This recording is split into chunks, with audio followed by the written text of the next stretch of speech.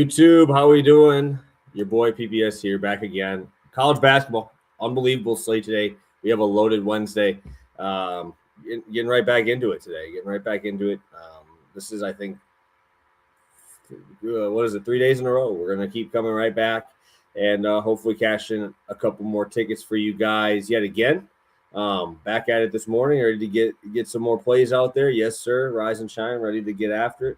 I actually kind of like doing these where I feel like you guys hold me a little more accountable on being here, being out here on time, versus when I do a YouTube play the day that I just record. I can kind of do that shit whenever I want. I can just do it, 9:30 or whatever. But get up, get right on, and find our favorite play that we like so far. So, exciting spot, man. We're rolling. I think it's now 7 of our last 8 so far, and we got another winner. This might have been one of the more sweaty ones I've seen in a long time, a very long time. Man, that was that was.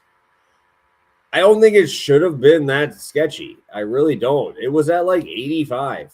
Like I was looking at, I'll check the live numbers and whatever.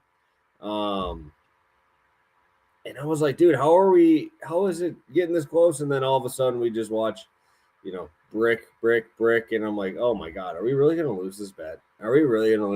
And luckily for us, we talked about personal fouls being drawn, and we get the job done. So I think a free throw with like a couple seconds left in the half gets us to where we need to be.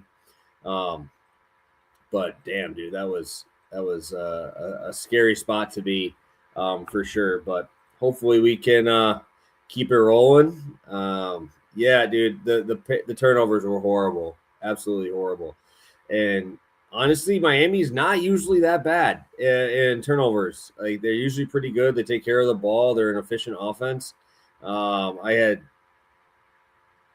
don't know. I got no words. I thought that shit was going to fly over. And luckily for me, we grabbed it a little earlier. I know it ended up closing 77.5, so hopefully you guys got the 76. Hopefully you grabbed the full game over as well. Before it started moving, I saw it close at 163.5 and 77.5. And of course, where it moves, we end up losing. If you had those, luckily I had it at 161.5 and we had it at 76.5. So perks are coming in here early. Perks of you guys getting in here is you can grab them right away. So hopefully that gets you guys in here a little earlier to come grab our best bets a little bit earlier in the day. So I will keep this rolling today. Hopefully, like I said, if we didn't have that 1.5 unit loss, man, we'd be at like 5 units. God damn, dude, that just really pissed me off. Now that I got my numbers here. Sorry, I got to send this play out to VIP first because obviously I gotta give them the play before I drop it on here. But so we got 10-6, 7 of our last 8.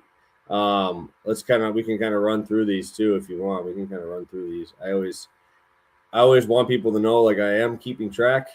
So we hit the over there, hit it there. So there's 4, 5, hit the Badgers. They played like shit last night.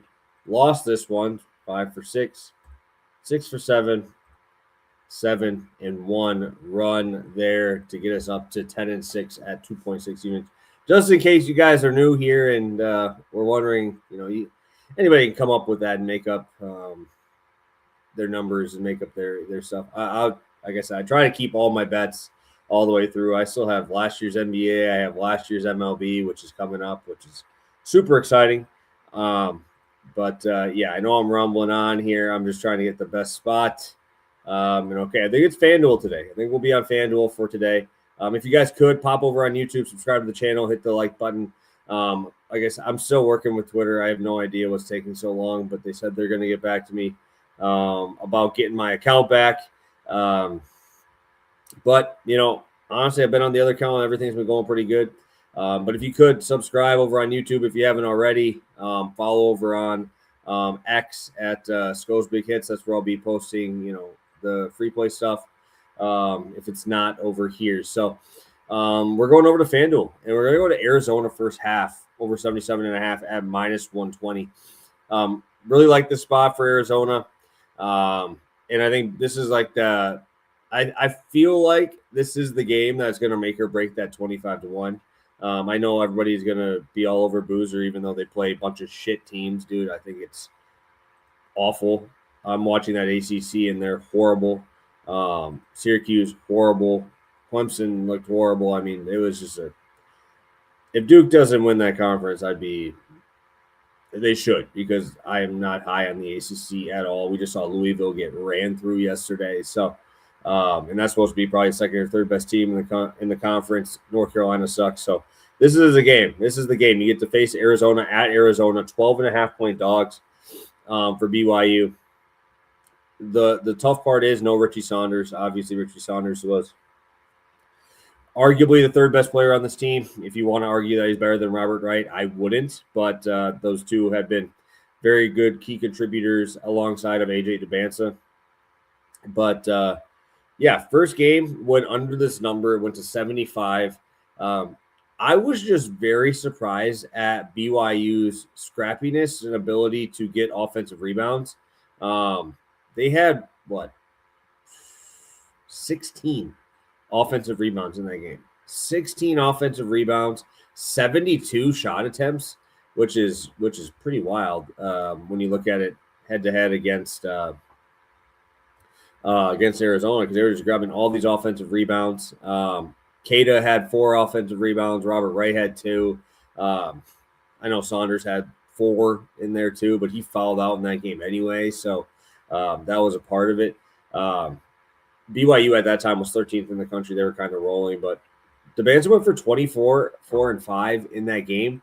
He's going to have to do everything. And the nice part is when you're relying on someone to do everything, hell yeah, I'd rather have it be the number 1 player in the country, the best player in the country. And I say that I feel pretty damn confident about it. In no way, shape, or form do I think Boozer's better than AJ DeBansa.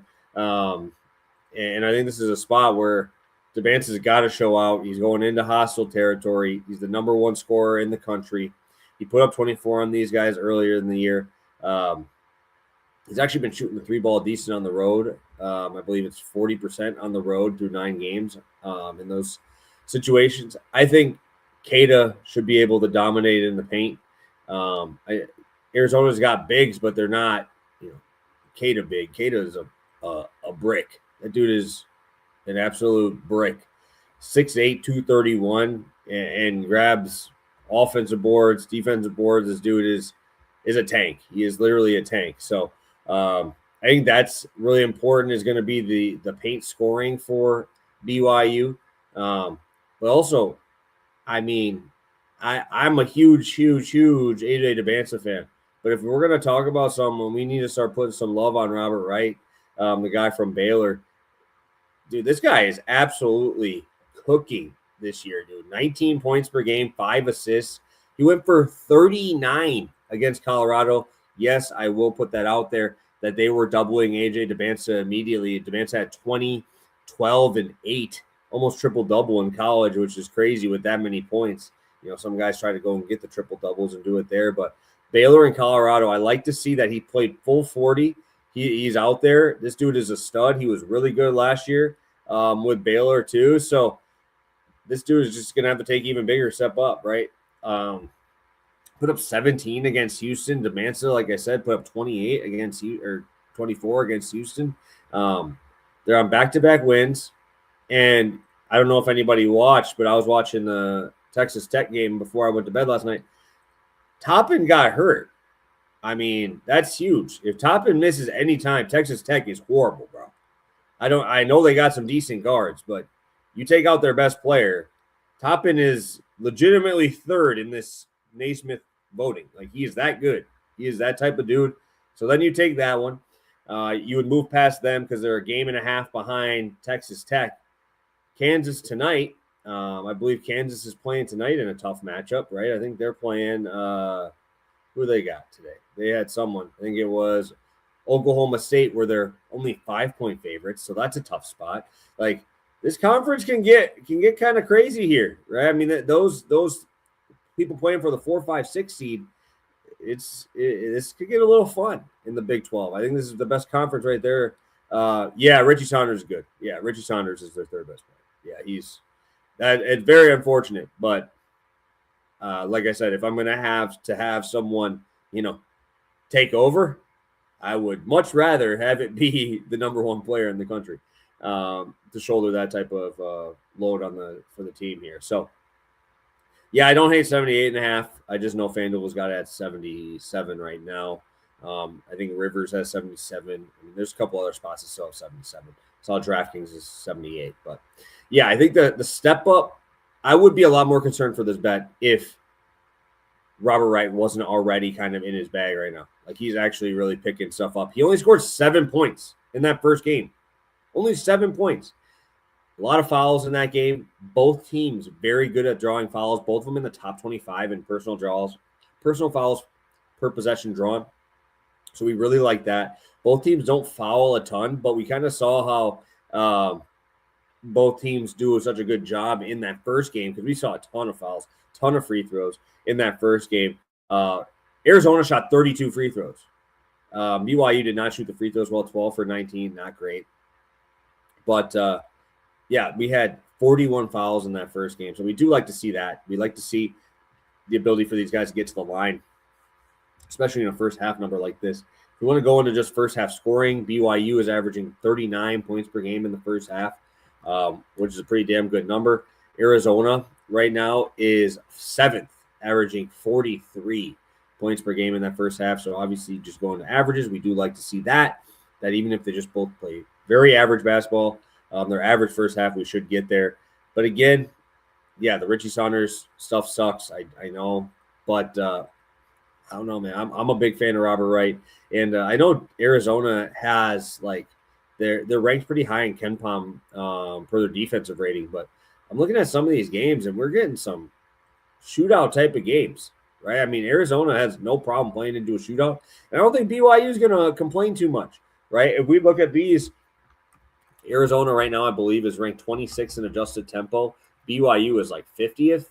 So we should be able to get that. BYU is a top 10 offense as well. They're 8th in the country in offensive efficiency. Arizona, of course, is going to be towards the top in that top 10 or 11th. But they're ranked 3rd defensively, which, I mean, I don't hate, but I'm looking at some of these games 161. They gave up 77 to UCF. Gave up 82 to Arizona State, right? I mean, they're willing to play fast in these fast games. Arizona State runs. That game went to 171. Kansas State runs 177 in that game. Gave up 76 points to Kansas State, who we know is just an absolute shit show of a team. Even in the second game against Arizona State, another 161, right? Another game that's just flying up and down. I mean, why wouldn't you? You're probably one of the best offenses in the country. We saw them play fast with Florida to 180 total. Denver is another fast team that I always like to look at, 176 in that game. I know it says their defense is good, but when you're playing at this type of pace and you're running and gunning and you're just putting these types of athletes on the court, I think this flies over the 77.5. I like the full game too. Maybe more of a buy down team total or something for Arizona, because I don't think BYU is going to have any, spot at trying to stop these guys. But yeah, like I said, if I'm going to have to rely on someone to take over for an injury, hell freaking yeah, do I want to be the number one player in the country. So I think AJ DeBansa goes crazy. I think he's going to have one of those types of games. I know it was tough because they did just send double team every single time. But that was also against Colorado, who's just horrible, absolutely horrible. And it was not a great look that they were not able to figure that stuff out. My thing here is I think that we're going to see a lot more threes go up from BYU. The reason I say that is that Colorado game, Richie Saunders went out in the first half, right?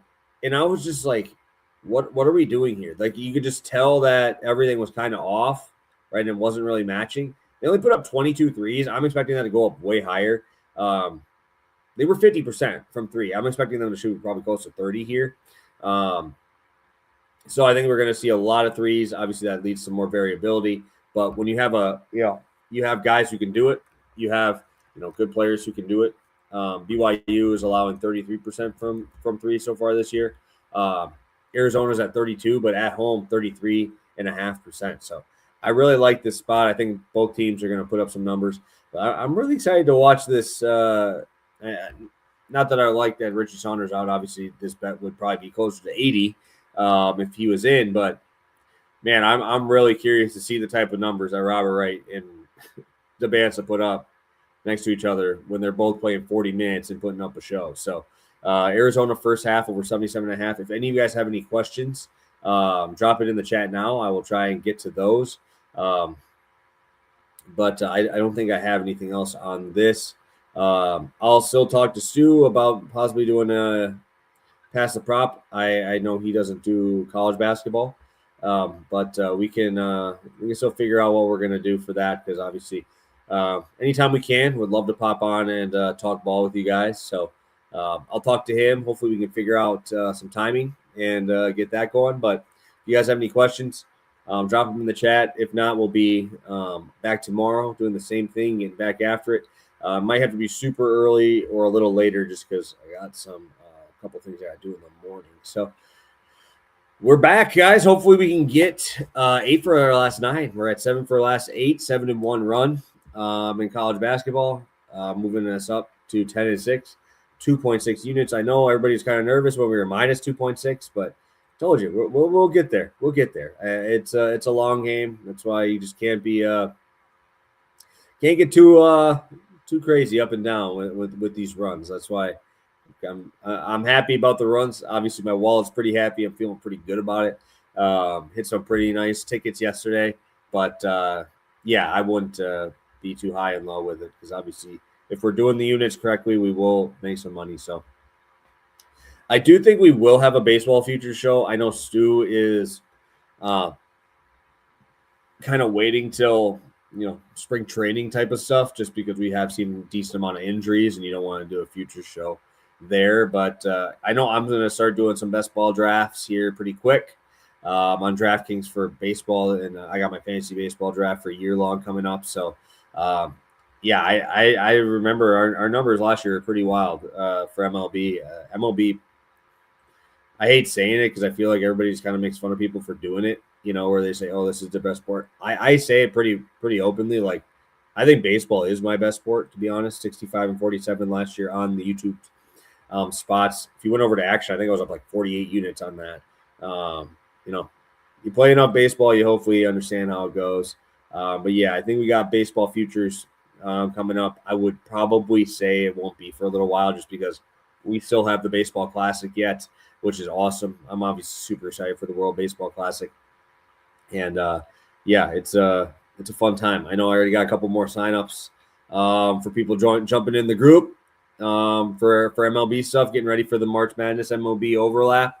And it'll be fun. I'm super excited, and hopefully we can continue to cash on those, and we'll be here. So that's why I said I know all the hacking stuff sucks. I'm still working with Twitter. Hopefully we can get this taken care of, because obviously you can tell my face is not the girl that is who stole my account. If you guys could, just follow me over on YouTube. If you haven't already, sub over there. I put out a ton of content, try to do stuff every single day. And then also follow me over at Scovsbighits there on the bottom. I'm still trying to report the account, still trying to get a hold there. I have a couple people from Premium messaging me to hopefully get my damn account back.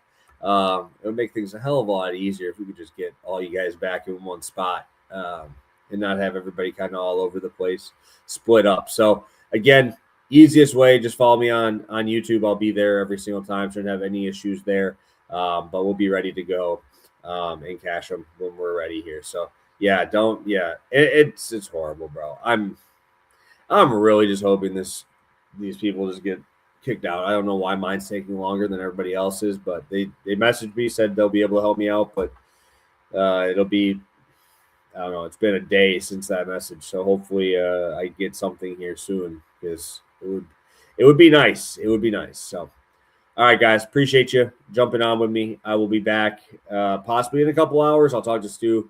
Unsure about that, but yeah, excited to get back after it and hopefully cash a couple more tickets. Let's get to 8-1 over our last 9. So have a good one, guys. Best of luck, and we'll catch you guys later.